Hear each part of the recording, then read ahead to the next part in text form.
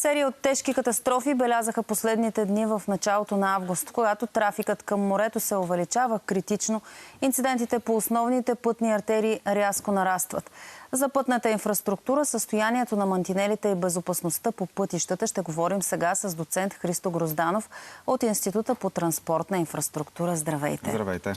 Преди да поговорим по-детайлно, последните седмици станахме свидетели на редица катастрофи с смъртни случаи, за съжаление, камиони, които минаха през мантинели. Тогава се заговори за пукнати гуми, което така и не беше съвсем доказано при всички случаи. Прецедентни ли са тези случаи? Просто сега ли се случи така, че много рязко станаха? Не, в никакъв случай не са прецедентни тези случаи. Те са се случвали назад в годините. Просто сега стана така, че инцидентите станаха по-тежки. В едно ПТП загинаха няколко човека, включително деца. Обществото започна да обръща внимание сега на този тип инциденти, иначе те са случвали назад в времето. Не е рядко. Говорим за инфраструктура. Доколко тя е част от проблема в България конкретно и доколко шофьорите сами са виновни за катастрофите. То трудно се обобщава, но като цяло.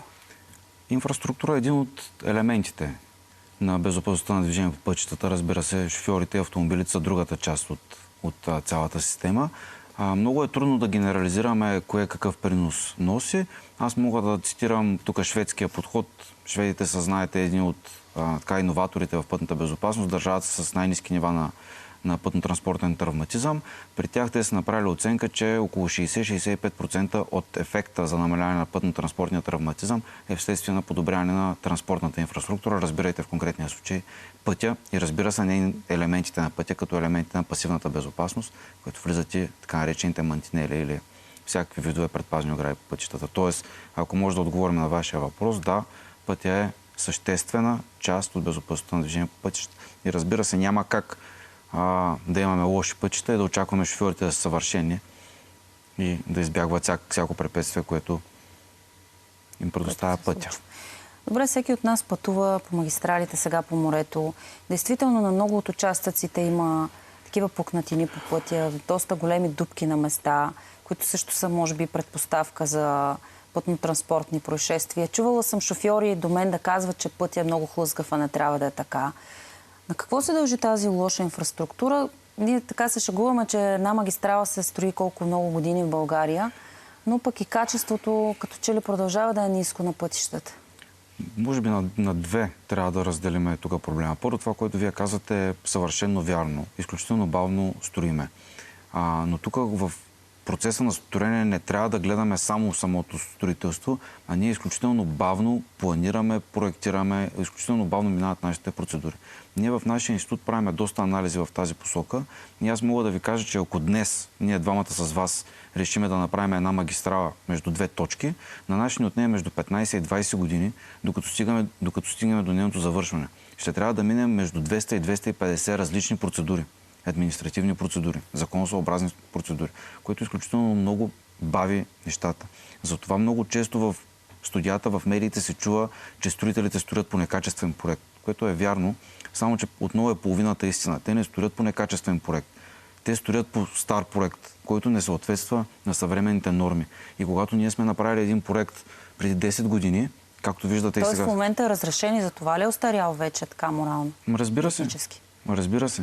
Ние строиме по доста стари проекти, които са правени по стари нормативни уредби, които не съответстват на съвременния автомобилен парк.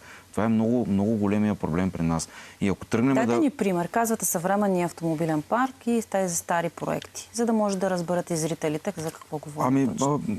Мантинелите са в момента актуални в обществото. Нека да говорим за мантинелите.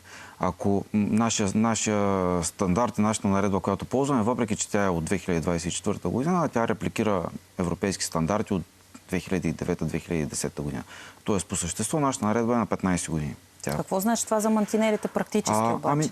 Вие може би мисля, че много адекватно може да отговорите на този въпрос. Представете си какви са били автомобилите преди 15 години и какви са били автомобилите сега. В Европа, в Европейския съюз има официални статистики, официални проучвания. Хората много осъзнато преминават от по-леки автомобили към така наречените СУВ-ове. Теглото, средното тегло на автомобилите, само говорим за леките автомобили, за последните 15 години се е вдигнало с над 50%. Стават по-тежки Стават автомобили. по-тежки. Същото нещо важи и за тежкотоварните автомобили. Тежкотоварните автомобили стават все по-тежки. Тоест, автомобилната индустрия изпреварва с много това, което ние можем да правим по пътищата. Тоест мантинелите не могат да поемат тази по-голяма тежест. Разбира се, че не могат. Разбира се, че не могат. Не, че ламарината, да кажем, и металната е по-лека, просто наистина вече не отговаря на килограми. Всичките мантинели, които са изпълнени в България, те са изпълнени съгласно закона. И те отговарят на закона. Те са правилно, законосъобразно изпълнени. Не им липсва нищо. Направени са законосъобразно, направени са качествено, изпълнени са качествено. Просто те не отговарят на съвременния автомобилен автопарк. И тук има още нещо друго. Какво ще се случи след 15 години? Ние, когато правим наредби, трябва да мислиме за това. Какво ще бъде след 15 години? Защото идват електрически автомобили. Електрическите автомобили са 2 пъти по-тежки. Електрическите камиони са 5-6 тона по-тежки. Електрическите автобуси, които ние много се гордееме, че купуваме в нашите общини, са около 5 тона по-тежки само заради батерията. Между другото, скандинавските държави намалят броя на пътниците, които се движат в градския им транспорт, когато автобусите са електрически, точно за да могат да намалят теглото върху инфраструктурата. В България измерва ли се това? Не. Ето то вече има ефект върху настилките вследствие на по-тежките електрически автомобили. Пътищата по селата са много показателни за това, което казвате, тъй като винаги се измества асфалта, където преминават тежкотоварни камиони особено. Ние ползваме методи за размеряване на настилки, руски методи от 80-те години. Няма как нашите настилки да издържат на автомобилите след 15 години. Те не издържат на автомобилите сега, защото много често в студията по медиите се критикуват строители, критикува САПИ, че не прави пътя правилно. Напротив, прави го така, както е записано в българските правила. Правилата не са неправилни.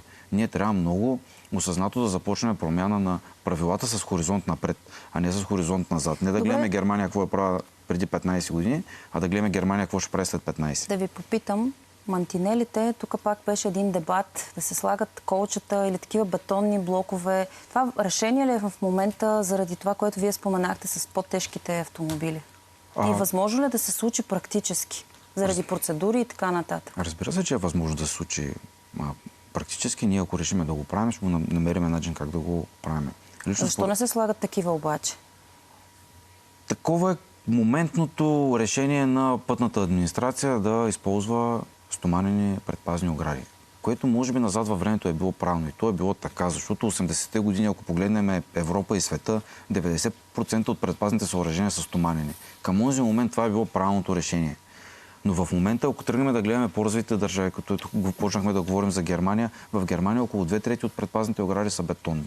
Особено в високоинтензивните пътища, да ги наречем магистрали, в средните разделителни ивици задължително са бетонни предпазни огради. И то е много логично. Когато настъпи едно ПТП, особено на високоинтензивен път, това, което е най-опасното нещо, е да се случи челен удар. Защото представете си един камион, който се движи с 100 км в час, да пререже мантинелата, отсреща да идва една кола, която се движи с 100 км в час, удара става с 200 км в час. Няма шанс някой да оцелее.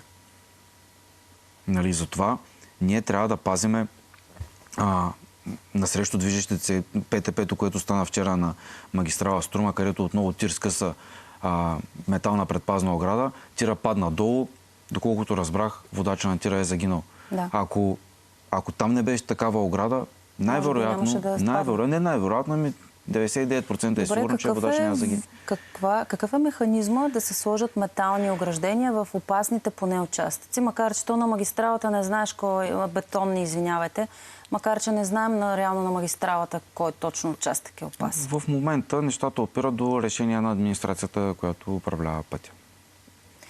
Казвате вие да се мисли с решения напред. Виждаме пътищата в други държави. Аз лично съм пътувала по магистрала в Белгия, която дори беше осветена. Нещо, което в България може би и след 20 години няма да видим.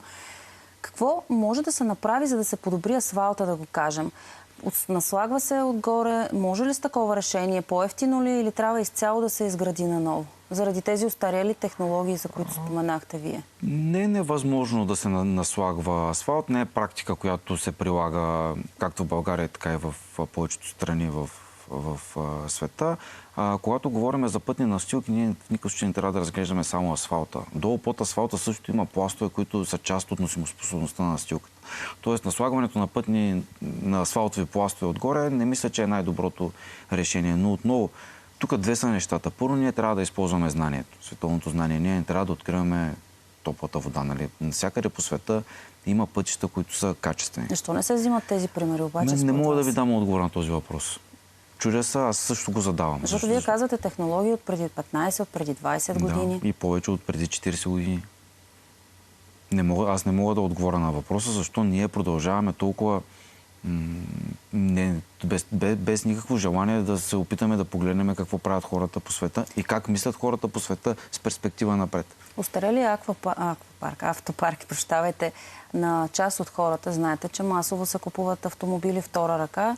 Докъде допринася за тези пътно-транспортни происшествия? Има ли такива анализи? За съжаление, България не водиме поне подробно такъв тип статистика. Мога да ви дам опита на Хърватия, които така доста напреднаха в тази посока. Те си направиха труда да сметнат процента на стари автомобили, които водят до пътно-транспортни происшествия и наистина стигнаха до извода, че много често стари автомобили попадат в по-тежки пътно-транспортни происшествия. Те стават по-тежки, защото новите автомобили имат изключително много системи, които първо предотвратяват пътно-транспортните происшествия. Второ, когато се стигне до пътно-транспортно происшествие, те намаляват въздействието върху човека. От тази гледна точка, да, аквапарка е... Автопарка. Аз ви подведох. Да. Автопарка е един от моментите, който ние трябва да мислиме как да подобряваме, макар че често казвам не виждам как ще се случи. В крайна сметка работим на свободен пазар, но пък тук вече идва инфраструктурата. В крайна сметка ние знаем какви коли се движат по пътищата. Знаем какви коли се движат по българските пътища след 15 години. Трябва да пригодим и управляващите дават заявка, че вече се мисли много активно, интензивно в тази насока. Надяваме се, че ще видим положителни ефекти с намаляване на пътно-транспортните происшествия в страната. И не на последно място да призовем шофьорите наистина да карат със съвест, да внимават и да знаят, че срещу тях също се движат хора с малки деца и трябва да са отговорни на пътя, не да разчитаме само на добри пътища и на липса на дупки. Много ви благодаря. Христо Грозданов, доцент Христо Грозданов от Института по транспортна инфраструктура.